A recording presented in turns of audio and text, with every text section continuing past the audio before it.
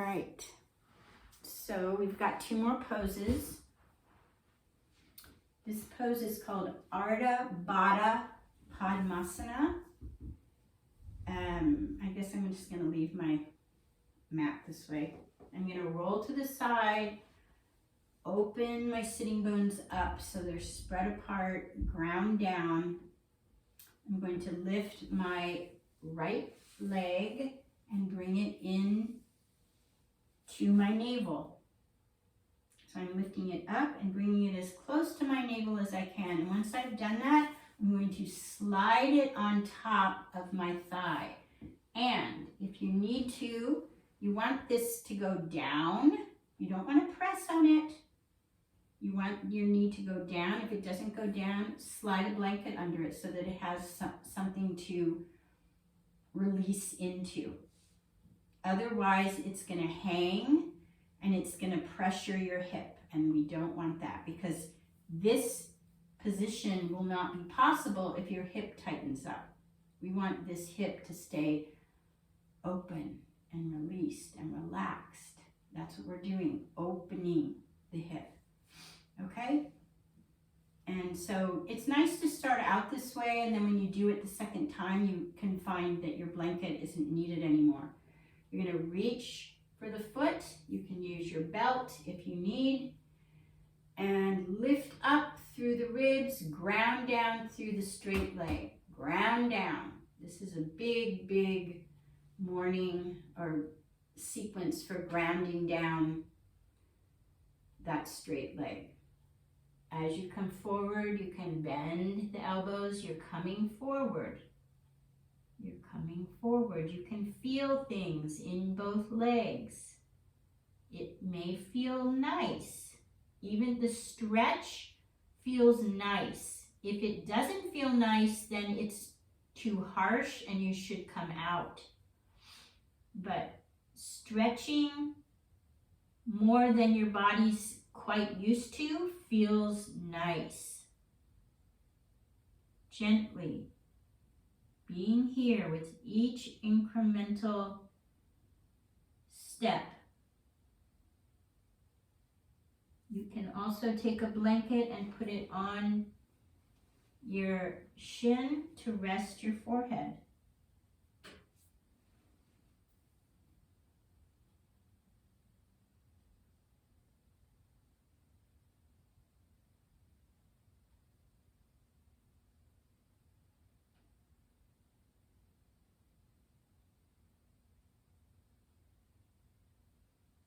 So I could stay there a lot longer, but I don't want to fill the video with a lot of time and quiet space. I really need a little more, so I'm going to fold this up a little higher.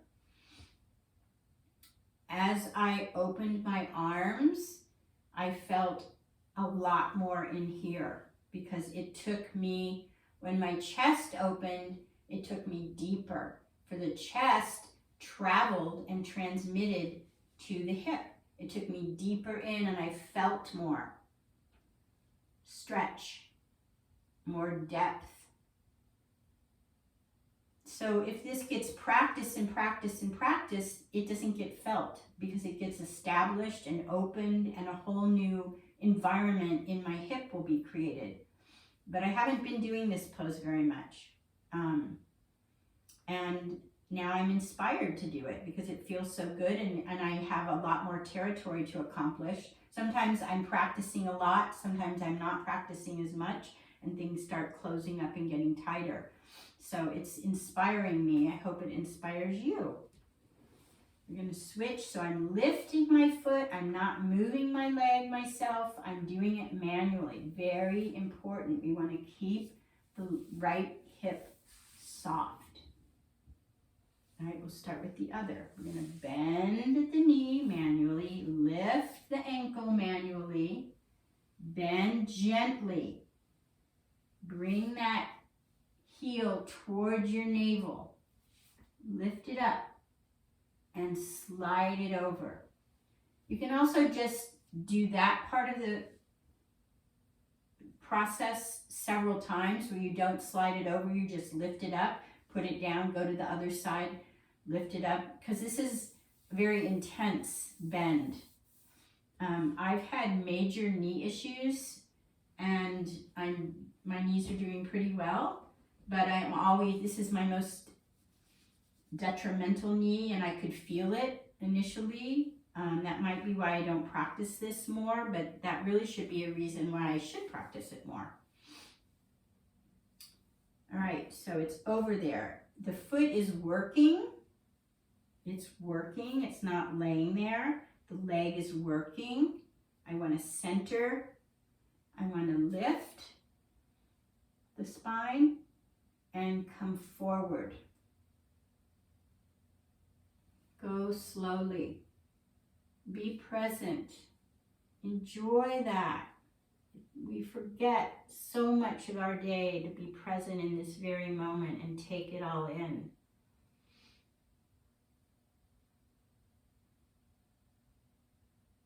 So this is a tighter leg for me, a tighter hip. I never come as far on my right side as I do on my left. I'm used to that. I'll put a head support down. It's still not enough, so I'm going to fold it more. There. Nope.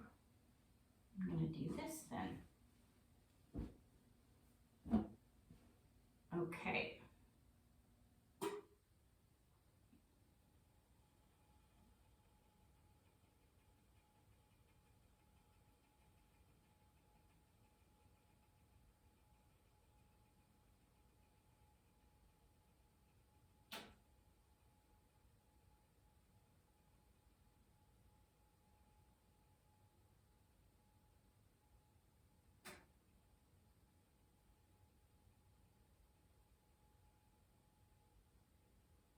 Ready to come up. Inhale and straighten the arms.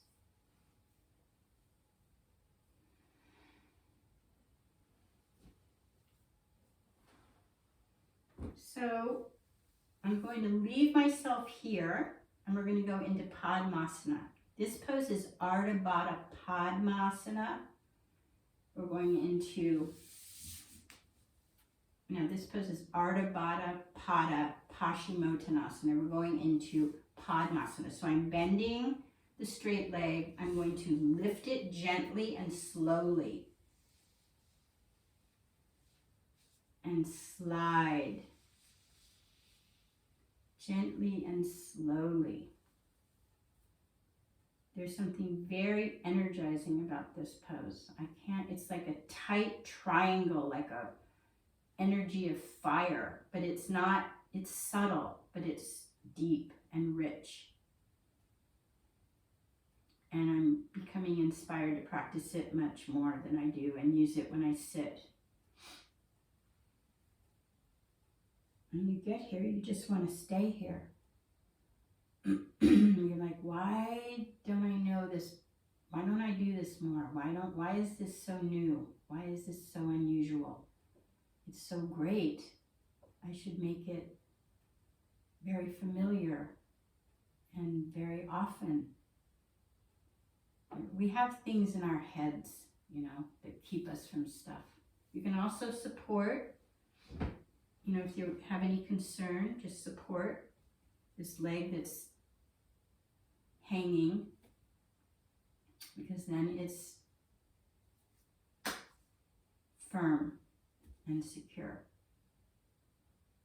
But I will attest to my idea, which is not uncommon, it's common, that Padmasana is one of those poses. And it's available. And it's been available to me for a very long time. Do I go there? It's like having a beautiful piece of clothing that you love and you never wear it because you think it's too special. So I'm learning a lot by doing this pose right this moment. Because it's a hip opener, that's why I'm doing it. Not because I do it often, but it's so amazing. So you're gently, gently, gently unwinding from this. And coming back to Dandasana. You can really feel it. It's very healthy for your knees because your knees have very little ligaments in them, therefore very little blood. And I can really feel the circulation increased when I did that pose. I'm going to do the second side, bend the knee manually, lift the foot manually, bring it in towards the navel, slide it over, extend into your heel so you can really reach through to that thigh, and then just relax a minute. Then bend the other leg. This time it's not manual.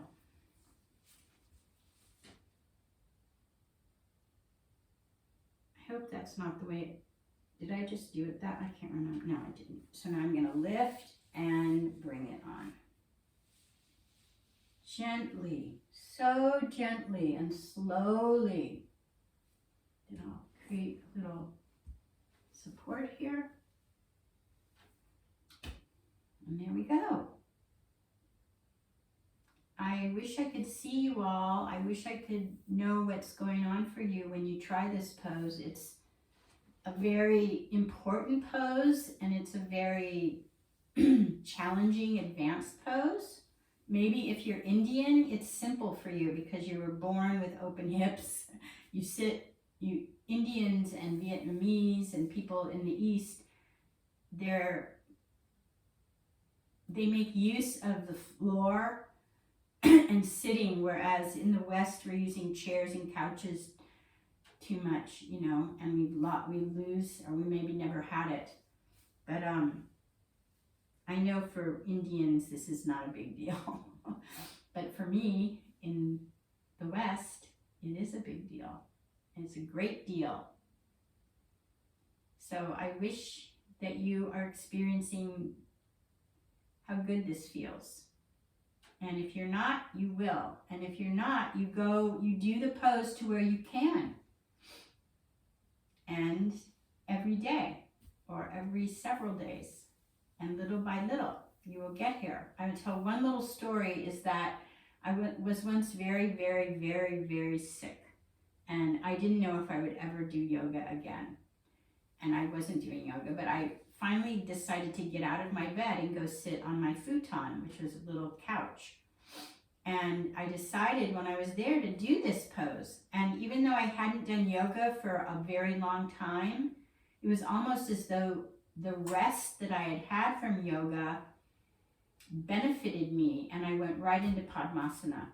And it was so reassuring and so glorious. And I'm like, hey, maybe I will be able to do yoga again. And look, this is one of the hardest poses for me, and I'm having an easy time. So you just never know. So I'm going to unwind gently and carefully. Extend and support. Push down as I push up. As my hands push up, I push down. Same with this leg, because the joints are so important. And because they don't heal easily, they don't have enough blood going through them, we want to treat them with extra care. So that is the completion of the hip opener series for now, anyway. And if you've been attending all of the poses, I hope that they were beneficial for you, and you can, they're really created, the sequence is created as any sequence is in Iyengar yoga, with a very definite, consecutive building intention and reasoning. And so one pose leads to the other, and you can notice the similarities in the poses that come before. It's like a staircase. So you can look at these videos in that way and learn about sequencing as well. Please subscribe. Please hit like if you benefited, so that this video will be more available to more people more often. And please leave a comment, question, and stay connected. I will see you in my next series. Thank you so much, and enjoy your human experience and with yoga as a great support for that.